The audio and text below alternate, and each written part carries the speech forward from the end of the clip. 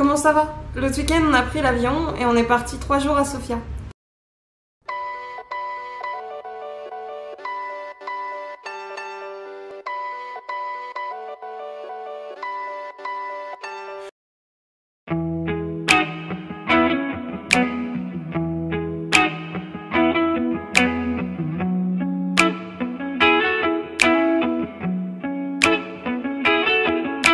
You're not here, the sun don't shine. When you're not near, I don't feel like I do when you're with me.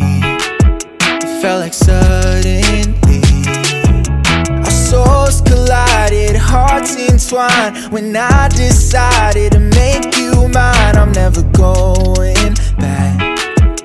I know that's a fact, but how do Amandine, tu veux être genre vraiment la star de mon vlog? C'est moi la star de ton vlog. Ouais. Et donc on va où? On va au McDo. Et il est quelle heure? Putain, il est grave minuit 25 quoi. J'ai faim. Je crois que j'ai vraiment... On a atterri tard aussi. Mais réel.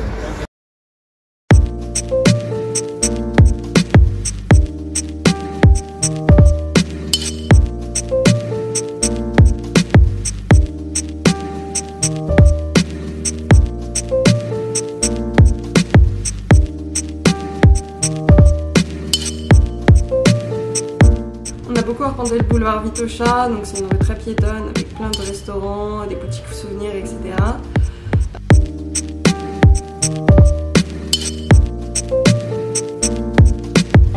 Amandine, est-ce que tu peux répéter où on est? Là dans quelle langue? Comme tu veux. La cathédrale Sainte-Délia de Sofia. C'est une cathédrale qui date du Xe siècle. Au départ, elle était en bois et en pierre. Et en fait, elle s'est fait un peu bolos par le temps. Elle a été construite, déconstruite, reconstruite. Et voilà, c'est très très mignon. C'est une cathédrale orthodoxe.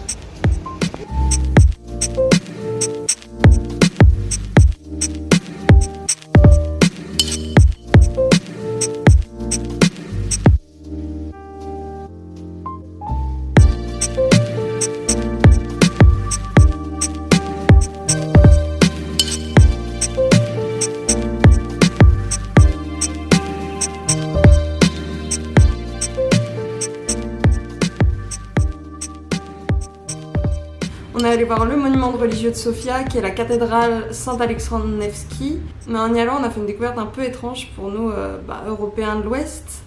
Il y avait un marché sur lequel plein de gens vendaient divers objets, dont des objets nazis. Et nous, c'est pas ce qu'on a l'habitude de voir. Et donc, on a demandé aux commerçants pourquoi il y en avait autant qui se vendaient. Et on nous a répondu, en nous faisant bien comprendre qu'on ne posait pas ce genre de questions. So much nice stuff. Bulgaria and Germany were parts. Sorry? Here was German army. Yeah, okay. Sinon après sur le marché il y avait plein d'autres trucs super sympas.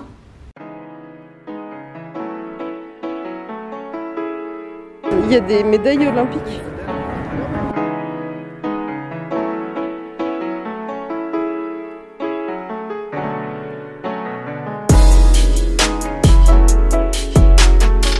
Amandine, est-ce que en fait comme j'ai la flemme tu peux me faire mon vlog et m'expliquer où on va? Je sais pas où on va. Genre tu vois pas où on va? On va où? On va là-dedans. Ah ok.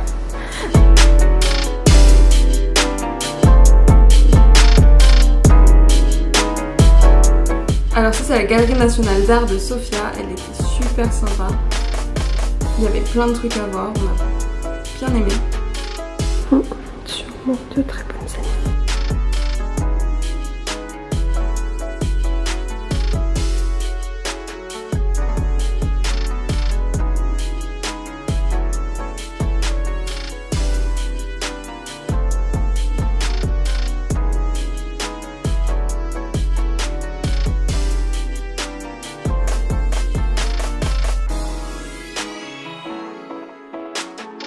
Le lendemain, on s'est levé un peu plus tôt pour pouvoir aller au musée d'histoire et il était super cool. Un peu mieux que celui qu'on a vu à Bucarest parce qu'il était plus grand et il y avait beaucoup plus d'informations.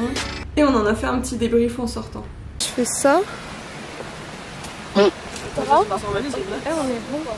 Alors j'ai une petite note, Vas-y. mais qui concerne surtout la conservation de la culture bulgare. Oui. Et c'est vachement comparé à la Roumanie quand même. Parce qu'on a vu que la Roumanie c'était un putain de bordel et qu'il n'y avait pas de culture roumaine. Alors que la Bulgarie a quand même fait ce travail de conserver sa culture malgré les envahisseurs qui sont arrivés à des périodes différentes. Donc c'était surtout à la période où t'as l'Empire ottoman qui a commencé à arriver. Et la conservation de la culture bulgare, elle s'est faite vachement par les religieux, quoi, qui eux du coup avaient l'imprimerie, avaient les monocopieurs, etc., qui ont pu avoir des traces écrites, qu'ils ont pu protéger dans leur monastère. Ouais. Qui sont bien les mettre loin dans la campagne. Ouais, dans les montagnes, Ouais. carrément, pour protéger le truc, quoi. Et pour protéger l'identité bulgare et la culture, il y a eu des corporations qui ils appellent des guildes et qui ont permis de faire le lien avec l'Occident pour promouvoir l'identité et la culture bulgare au-delà des frontières. Ce qui a permis à la Bulgarie de se développer économiquement, culturellement et politiquement. Parce que même dans le musée qu'on a fait hier, il y a eu quand même aussi ce travail au niveau de la culture, de la peinture bulgare, etc., qu'il y a eu quand même des mécènes, des tsars, je sais pas ce que c'était exactement, mais qui ont fait en sorte de faire rayonner la culture bulgare. Pas seulement au niveau intellectuel, mais aussi au niveau artistique, quoi. Et aussi au niveau économique, parce que du coup on a appris pourquoi la rose. la rose était l'emblème de la Bulgarie. Mais dis-moi, En gros, la rose a permis à la Bulgarie de se développer à l'échelle européenne en envoyant en Europe, notamment à Paris, à Vienne, à Londres, en Allemagne, de l'eau de rose naturelle venant de la vallée de la Rose. Et ça se produit au même moment que quand les artisans et les commerciaux qui sont de la bourgeoisie bulgare vont aller faire des pèlerinages à Constantinople, Vienne et Paris. Ça leur permet de développer leur influence. 19e 18e, 19e. Donc c'était même pas la Bulgarie, en fait c'était l'Empire ottoman à ce moment-là, parce qu'on a vu que l'indépendance de la Bulgarie c'était fin 19e. C'était pas loin. Mais du coup ça a permis une ouverture économique de cette région du monde, quoi, enfin, de l'Europe. Tu m'arrêtes si je me trompe, Héloïse, mais du coup, en fait, ils ont pris l'alphabet cyrillique, donc comme les Grecs, pour s'opposer à l'invasion ottomane. C'est ça? Oui. D'accord. Et en souvenir du fait qu'à la préhistoire, la Bulgarie était très très influencée par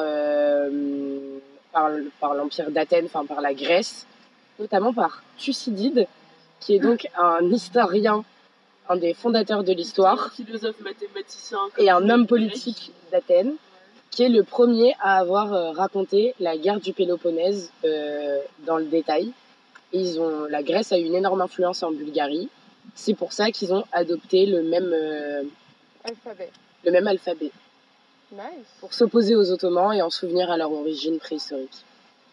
Et c'est assez marrant parce que du coup, cet alphabet cyrillique qui du coup était à la base pour s'opposer à un peu de l'envahisseur, au final quand tu regardes aujourd'hui, maintenant, qu'est-ce qu'on associe à l'alphabet cyrillique?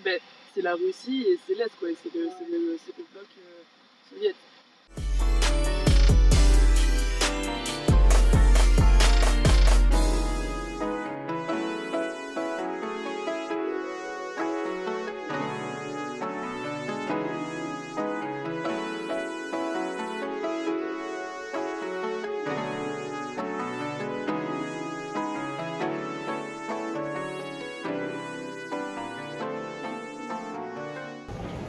Hello hello, du coup j'ai laissé les copains au bar parce qu'ils partent demain et moi comme je pars dans 2 heures, je repasse à l'auberge charger tous mes appareils électroniques, notamment mon téléphone et mon casque de musique qui sont essentiels pour 9 heures de trajet.